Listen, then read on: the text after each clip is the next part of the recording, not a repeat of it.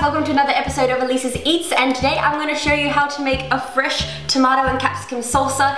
It's really delicious, it's great for Mexican food, it's great with just chips.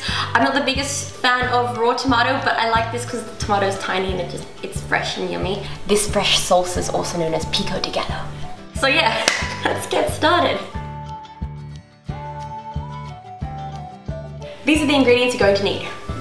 1.5 cups of roughly chopped tomatoes. I'm using Roma or vine ripened tomatoes, and you're going to have to separate that into about 1 cup and half a cup. Then 1 tablespoon of tomato paste. I'm actually using pizza sauce, which is tomato paste with some herbs thrown in there. Half a teaspoon of minced garlic, 1/4 teaspoon of cumin, half a teaspoon of ground pepper, half a teaspoon of sugar, half a teaspoon of salt. This is coriander.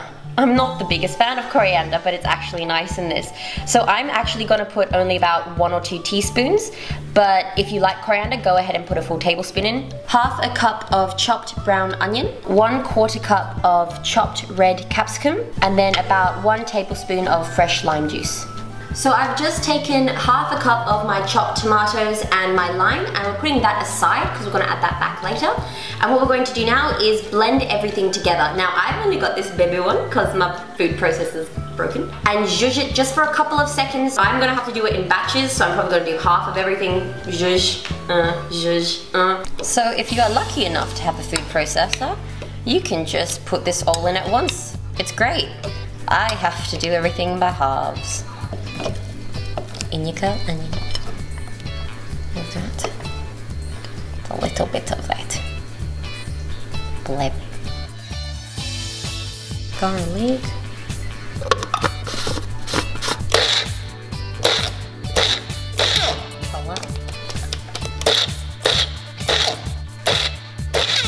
Now, as you can see, there are still some small chunks in there.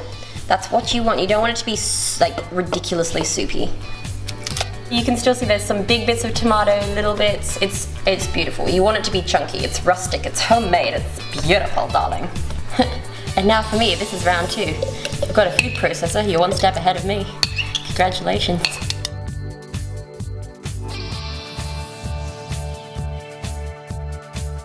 Yep.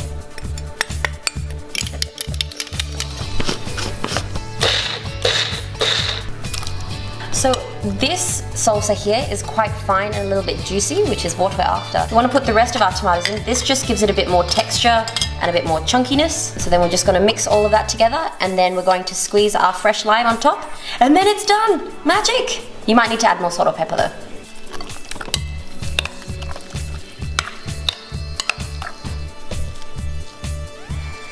So you want about a tablespoon. Now you can substitute lime for lemon, but lime really gives this a beautiful freshness, and it's not as intense as lemon, so highly recommend lime. Okay, so now our salsa is done. Now you can have this straight away, but what I really think is amazing is if you can let it sit for about minimum 2 hours, because then all the garlic and the beautiful flavors go through.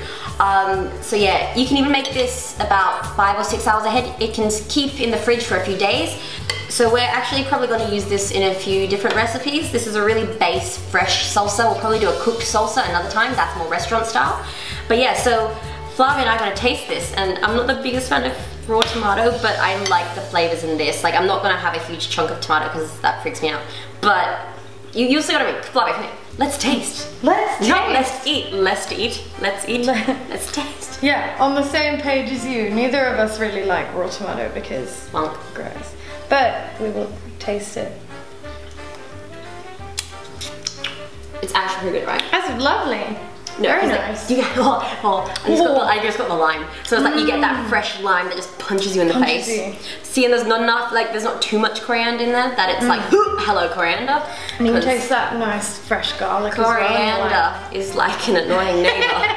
Where you can put up with a little bit of them, but when there's too much, it's just kind of like, calm down, Sharon. My mum loves coriander. I know. So she'd be like, more! All the coriander. All of it. Yeah, we only put about 2 teaspoons in, but you can put a tablespoon. But yes, so we are going to use this in other recipes. Possibly something called an enchilada. Wait, no, fajita. Fajita and enchiladas. Hey, Hey guys, thanks for watching this video. And if you want us to make any other food or recipes from anime, manga, TV shows, movies, games, let us know. Comment in the section below. Message us on social media. Talk to our faces. We're pretty friendly, so if you want to. But yeah, so see you next time. Bye. Bye.